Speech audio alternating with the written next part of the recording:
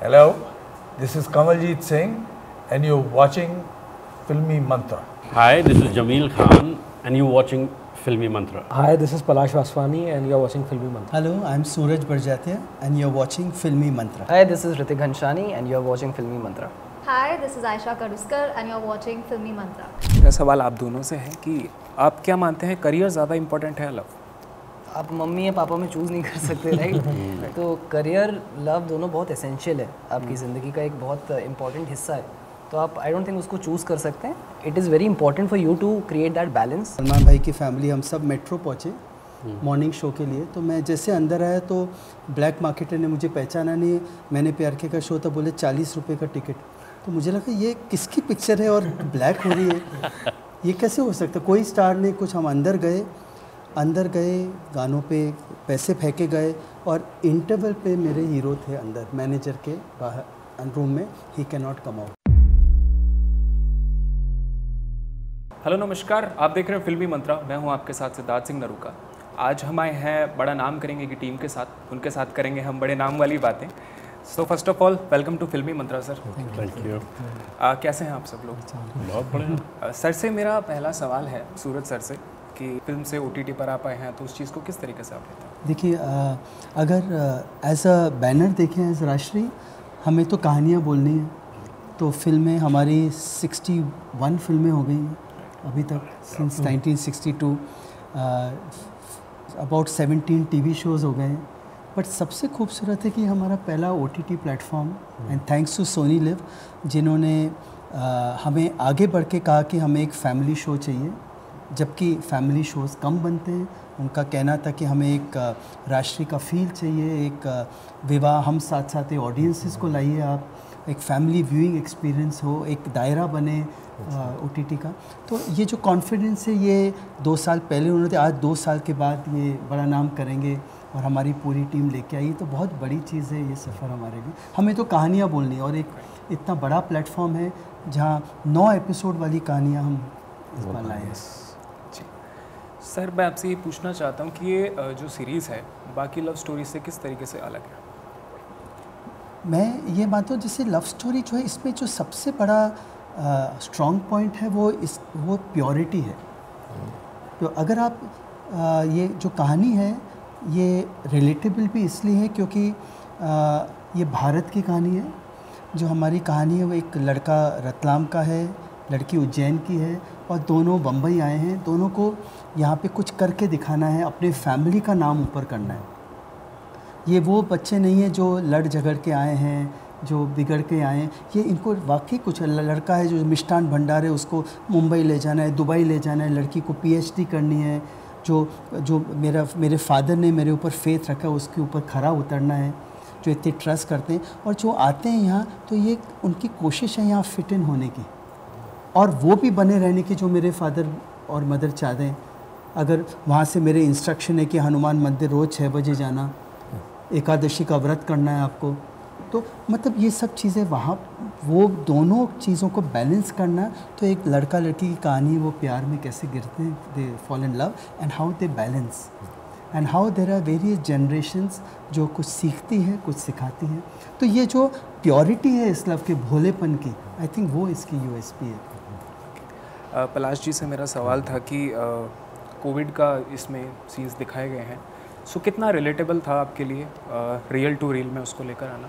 नहीं, मेरा मतलब जो मेरे को कहानियाँ अट्रैक्ट करती है उसमें एक रिलेटिबिलिटी एक बहुत इंपॉर्टेंट फैक्टर हो जाता है. तो पूरी कहानी और कोविड उसका मैं बोलूँगा बहुत छोटा सा पार्ट है. कोविड पूरी कहानी का पार्ट भी नहीं है. वो एक पुराने एक पास्ट में कोविड के दौरान एक लड़का लड़की 5 दिन जो है रहे, कुछ दिन एक घर में रहे, इतना ही है. उसके बाद हम जो कहानी देख रहे हैं वो अभी प्रेजेंट की है. तो सेटअप वहाँ का है लेकिन रिलेटेबल होना बहुत इम्पोर्टेंट है. ऑफ कोर्स जो मैं बता भी रहा था कि एक सर ने जब मुझे कहानी बताई, फॉर्चुनेटली कुछ चीज़ें इतना ज़्यादा मैच कर गई कि एक मेरा एक दोस्त है जो कोविड के दौरान वो किसी के घर पहुंचा था और उसकी फ्रेंड थी और वहाँ पे they stayed together for 21 days and they started liking each other. हम लोग बॉम्बे में रह रहे थे कोविड के दौरान और लकीली हम लोग बहुत सेफ फील कर रहे थे यहाँ पे. एटलीस्ट बॉम्बे बहुत सेफ था.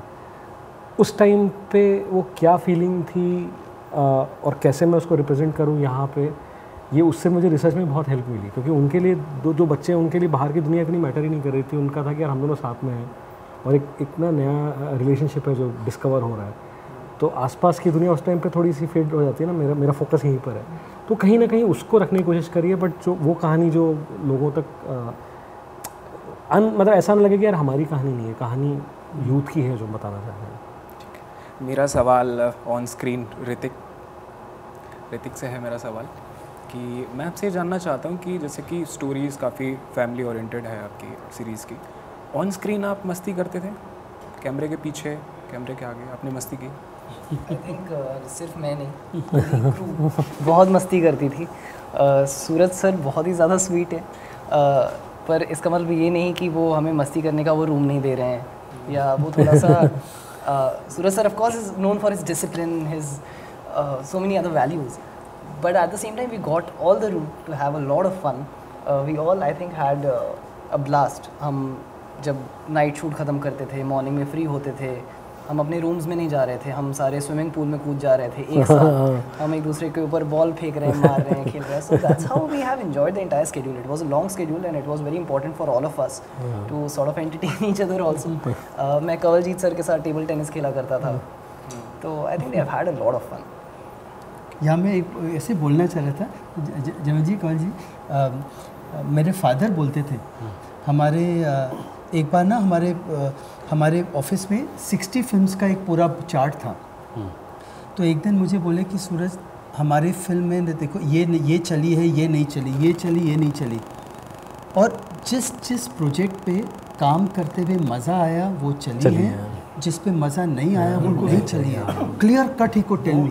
जो आप जब बनाते हैं चीज़ कोई, and if you are enjoying it, the audience will also it comes across. और एक एनर्जी है जो ट्रांसलेट होती है। तो आपने जो पूछा वो बहुत इम्पोर्टेंट, क्योंकि मुझे एकदम से लगा कि अगर मज़ा नहीं आ रहा तो बातचीत ही बंद हो जाती है। हाँ, मेरे साथ भी हुआ है कहीं, बातचीत ही नहीं हो रही। For Rakshi to organize a TT table, हाँ थी नहीं होटल में, वो राशि ने ऑर्गेनाइज की, तो एक बॉन्डिंग बन जाती है। वैसे ही आप मस्ती करो, मज़े करो और काम भी करो।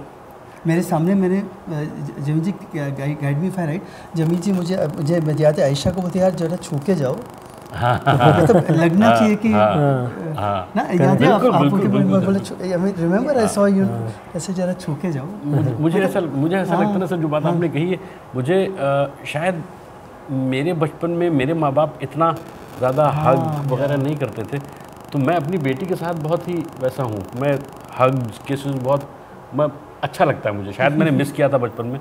तो मुझे लगता है कि इसमें इसको आयशा को भी हमेशा बोलते बेटा जब भी आओ ना सेट पे तो पहले मुझे एक अच्छी सी झप्पी दे दिया, ऐसा पहले सुना, एक अच्छी सी झप्पी दे दिएगा, फिर उसके बाद लेट्स वर्क। तो दैट इज व्हाई, अदरवाइज नहीं तो मुंह खुला के लोग बैठे हैं। वो सर कहते भी है ना कि जिनके सपने पूरे नहीं होते वो दूसरों के सपने पूरे करते हैं। एग्जैक्टली। सो बचपन की बात सर रही। न्यू जनरेशन की मैं बात करूँ तो न्यू जनरेशन है उसको क्विक रिजल्ट पे वो बिलीव करती है, इवन चाहे प्यार में भी हो।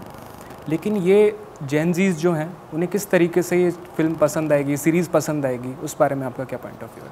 देखिए जेंसी का तो ये ज़्यादा बताएंगे, पर मुझे जो याद है, मैं भी एक फादर हूँ, मेरी डॉटर भी जेंसी है, तो मैं जब नज़दीक से उसको देखता हूँ तो मुझे लगता है कि ये जो जनरेशन है, you have to have patience to listen to them. मतलब हमारे माँ बाप कहते सूरज उठ जा, बैठ जा, शादी में जाना है, ठीक है, अब नहीं बोल सकते आप, और कुछ बोलो तो मिलते ना हो, वो तो नहीं है कि एक लगा तो चुप, डजंट वर्क। तो अब पेशेंस बहुत ज़रूरी है सुनने के लिए, और ये गलत है कि ये मानते नहीं हैं। ये आज भी उतने ही रिस्पेक्टफुल है पेरेंट्स का, बट दे वांट आंसर्स। तो अगर आप देखें इन दोनों का कैरेक्टर जो पलाश ने पेंट किया है, ये लोग खुद को भी क्वेश्चन करते हैं, और क्वेश्चन क्लाइमेक्स हमारा क्वेश्चन है पेरेंट्स के तरफ। बहुत बड़ा सीन है हमारा, बहुत, और beautifully they have all done way they question that हमको आंसर दे दो, बस वो हमें चाहिए। तो ये मुझे लगता है that is going to be the जेंसी का पार्ट इन दिस। जी, तो सर मैं ये पूछना चाहूँगा कि लव स्टोरीज़ मोस्टली सभी की होती हैं। मैं आपसे जानना चाहता हूँ कि कोविड के टाइम पे कैसे आप फैमिली के साथ में टाइम स्पेंड किया, या आपकी लव स्टोरीज के बारे में बेसिकली सर ऑब्वियसली आपके बारे में जानना चाहता हूँ कि आपका रिलेशन कैसा है अपनी वाइफ के साथ में या फैमिली के साथ? तो मुझसे आप सभी से सर? मैं सबसे ये तो अवॉइड करते हैं नहीं सर, क्योंकि लव रोमांस पे फिल्म है तो मैं आपका भी पीओवी जानना चाहता हूँ कि आप उस बारे में क्या सोचते हैं। कोविड की आप बात कर रहे हैं तो कोविड एक ऐसा मौका था जब सारा परिवार बहुत सारा वक्त गुजार रहा था एक दूसरे के साथ। उसमें बहुत सारे रिश्ते बहुत पुख्ता हुए, कुछ रिश्ते टूटे भी कुछ ज़्यादा ही इंटरेक्शन हो रहा था, तो जो खामियां या एक दूसरे का इरिटेशन जो है उसकी वजह से गड़बड़ हुआ। लेकिन कोविड के दौरान मेरा जो एक्सपीरियंस था, हमने बहुत सारी फिल्में देखी, OTT बहुत फ्लरिश किया, ब्लूम किया उस दौरान, और हमने बहुत सारा कंटेंट देखा इंटरनेशनली। और मेरी किस्मत अच्छी थी कि मेरे पड़ोसी में नेक्स्ट डोर नेबर्स वर डॉक्टर फैमिली, तो वो लोग भी, हमारे दोनों के दरवाजे मुस्तकिल तौर पे खुले रहते थे, हम लोग अंदर बाहर करते थे। वो डॉक्टर भी थे तो एक वो भी थी कि एक सेफ्टी नेट है कि कुछ हुआ तो ये हैं। लेकिन बढ़िया खाना बनाया, बढ़िया खाना खाया, और बच्चों के साथ बेहतरीन वक्त गुजारा हमने। ये तो है, बॉन्डिंग, फैमिली बॉन्डिंग ज़्यादा हो गई थी, क्योंकि आप उससे पहले या उसके बाद देखिए, हमने तो बच्चों को देखा ही नहीं कभी नाश्ते की टेबल पे हमारे साथ बैठे हुए, लंच पे टेबल पे बैठे हुए, लेकिन उस वक्त लंच भी इकट्ठे करना और नाश्ता भी इकट्ठे करना और डिनर भी, so that brought us close to each other. लेकिन वो क्लोजनेस तो रहती है, वो अपेरेंट नहीं होती, दिखती नहीं है, लेकिन उस वक्त बहुत वो नज़र आई, अच्छा लगा। मेरा सवाल आप दोनों से है कि आप क्या मानते हैं, करियर ज़्यादा इम्पोर्टेंट है या लव? कैसे डिफाइन करेंगे इसे? I think it comes down to a personal preference, but I think the best way to look at it would be to fall in love with someone that also helps you grow in your career. So you don't necessarily have to pick one. आप दोनों कर सकते हैं, दोनों balance कर सकते हैं। आप अगेन इट्स द सेम, आप मम्मी या पापा में चूज़ नहीं कर सकते, राइट? तो करियर लव दोनों बहुत एसेंशियल है, आपकी ज़िंदगी का एक बहुत इंपॉर्टेंट हिस्सा है, तो आप आई डोंट थिंक उसको चूज़ कर सकते हैं। It is very important for you to create that balance, जिससे आप दोनों ही तरफ सही से सवार कर सकें। ओके, 1 by 1 मैं जानना चाहूँगा कि आपकी लाइफ का बड़ा नाम करेंगे मोमेंट कब रहा था या होने वाला है? I feel like it's happening as we speak. I don't think it would be a better time for it to happen than with this show. But also, I think it's always going to be a work in progress. It's not like कि एक दिन कर दिया और फिर बस that's the end of it. It's all about continuing to strive to keep it going. Yeah, she's right. It's a journey. It's not a destination. But if you want a very precise answer, I'll give it to you. मैं बड़ा नाम करूँगा 7 फरवरी को Soni live पर। Very nice sir, what about you? बड़ा नाम करेंगे moment मेरे लिए पर्सनली वाज 29 दिसंबर 1989। हम, मेरी फैमिली, सलमान भाई की फैमिली, हम सब मेट्रो पहुँचे मॉर्निंग शो के लिए। तो मैं जैसे अंदर आया तो ब्लैक मार्केटर ने मुझे पहचाना नहीं, मैंने PRK का शो था, बोले 40 रुपये का टिकट। तो मुझे लगा ये किसकी पिक्चर है और ब्लैक हो रही है, ये कैसे हो सकता है, कोई स्टार नहीं कुछ। हम अंदर गए, गानों पे पैसे फेंके गए, और इंटरवल पे मेरे हीरो थे अंदर, मैनेजर के बाहर रूम में, he can not come out. तो एक जो मोमेंट था विच इज़ अनएक्सपेक्टेड, जिसे लगता है कि अगर आप मेहनत करो तो मिरेकल हो सकता है, ये उसकी मिसाल थी मेरे लिए। I am very grateful for that, but अगर मैं याद करूँ तो दैट वुड बी माई। एक मोमेंट शायद से निकालना मुश्किल होगा मेरे लिए भी, क्योंकि मतलब आप एक जर्नी लेते हो जहाँ पे आप फेलियर्स आप देखते हो, और एक बहुत लंबे टाइम तक आप फेलियर्स देखते हो, और लेकिन आप अपने प्रोसेस में रहते हो थ्रू आउट कि यार ये इस पर मैं बिलीव करता हूँ, इन तरह की कहानियों बिलीव करता हूँ। मेरी एक प्रोसेस है, मैं उस पर बिलीव करता हूँ, और धीरे धीरे लोग उसको समझने लगते हैं। आप उसको सक्सेस बोलो या वैलिडेशन बोलो, वो मिलना चालू होता है तो अच्छा लगता है। तो लास्ट का कुछ काम मेरा है जिससे मैं बहुत प्राउडली फील करता हूँ। उसमें कुछ एक ऐसा काम भी जो नहीं चला है, ये काम है जो लास्ट के जो चले हैं, बट मतलब ये ऑनगोइंग प्रोसेस ही जहाँ मैं बहुत प्राउड फील कर रहा हूँ, मैं खुद भी हूँ, मेरे घर वाले, मेरी मम्मी पापा, मेरी वाइफ, जो आसपास परिवार वाले, दे फील वेरी प्राउड, और वो बड़ी खुशी से बताते कि पलाश का ये शो आ रहा है, पलाश ये इनके साथ काम कर रहा है। सूरज सर के साथ काम करना सबके लिए था कि अरे पलाश जी के साथ काम कर रहा है, सूरज सर के साथ काम तो आपको बड़ा अच्छा लगता है कि आप जो भी कर रहे हो, लेकिन जो बिलीफ है वो है कि मुझे कुछ अच्छी कहानी बोलनी है और मुझे अच्छे लोगों के साथ काम करना है। तो ये एक ऑनलाइन प्रोसेस ही है। I'll have to go back to I think my theatre days. मैं प्लेज करता था और कभी सोचा नहीं कि फिल्मों का मैंने कभी सोचा नहीं। मैं यहाँ आया था थिएटर करने के लिए, तो फिल्मों का या टेलीविज़न का कभी मैंने सोचा नहीं था। तो एक शो के बाद नसीर भाई ने डायरेक्ट किया था वो प्ले, मंटो इसमत हाजिर है, नसीर भाई थे और नसीर भाई के लोग ऑटोग्राफ ले रहे थे। एकाएक कोई मेरे पास आया मेरा ऑटोग्राफ लेने तो वो सडनली मेरे लिए, मैंने कहा नसीर भाई और मैं मेरा ऑटोग्राफ, तो अच्छा चलो जो हो रहा है अच्छा हो रहा है, कुछ ना कुछ बड़ा नाम करेंगे इंशाल्लाह। तो वो मेरे लिए बहुत बहुत ही टचिंग और बहुत ही प्यारा मोमेंट था।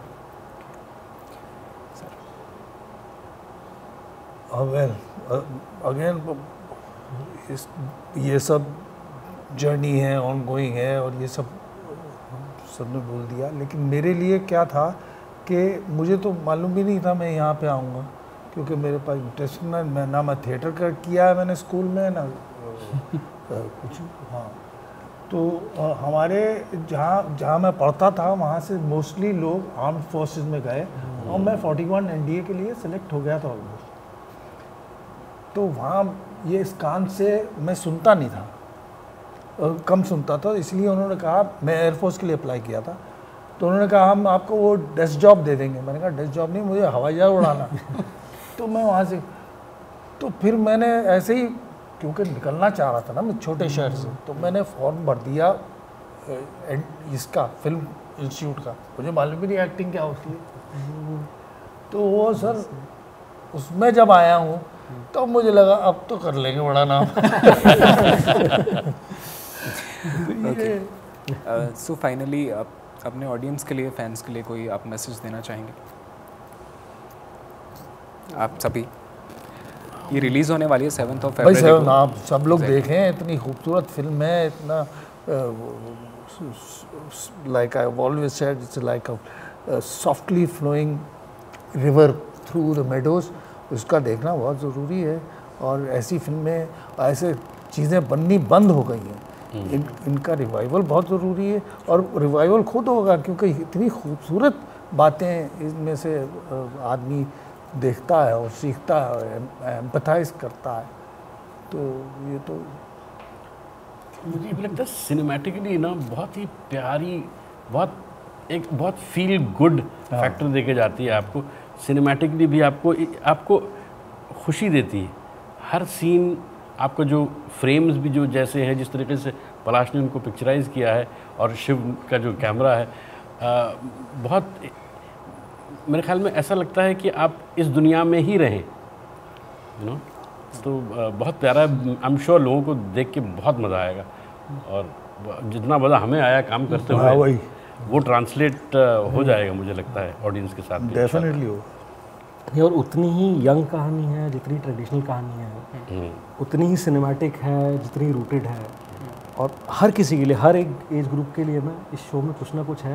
लोग बहुत कनेक्ट करेंगे, और इस तरह की कहानियाँ अभी थोड़ा सा मिसिंग है, और इसलिए बहुत बिलीव भी हम सबका एक साथ था कि ये कहानियाँ बोलनी ज़रूरी, जो एग्जिस्ट करती है, जो कोई बोल नहीं रहा। तो it is fresh, it is very very fresh. और गाने भी हैं, म्यूजिकल भी है, म्यूजिकल भी है, शोज में होते भी हैं, तो हर चीज़ है इसमें। और हम लोगों ने इसे बनाते समय बहुत एंजॉय किया है। तो हमने एंजॉय किया है, तो आप भी एंजॉय करेंगे, और बहुत एंटरटेन होंगे, और सबको लगेगा कि ये मैं ऐसा मामा जानता हूँ, ऐसे फूफा जानता हूँ, और ऐसा लगेगा कि जैसे और देखें बस इसी दुनिया में रहें। तो बहुत ज़रूर देखिएगा। मैं एक यही मैसेज दूंगा कि बड़े बोल रहे हैं तो लिहाज करो, सुन लो। नॉस्टैल्जिया के लिए बार बार री रिलीजेस देख रहे हैं, तो इससे अच्छा कुछ फ्रेश आया है वो देख लेते हैं। Yeah, so we all urge you to please watch our show, Bada Naam Karenge. It is streaming on 7th Feb onwards on Sony Live. मैं भी चाहता हूँ कि बड़ा नाम करेंगे, वाकई में बड़ा नाम करें और हिट हो। Thank you so much sir, film की तरफ से बात करने के लिए। Thank you so much. Thank you. Thank you.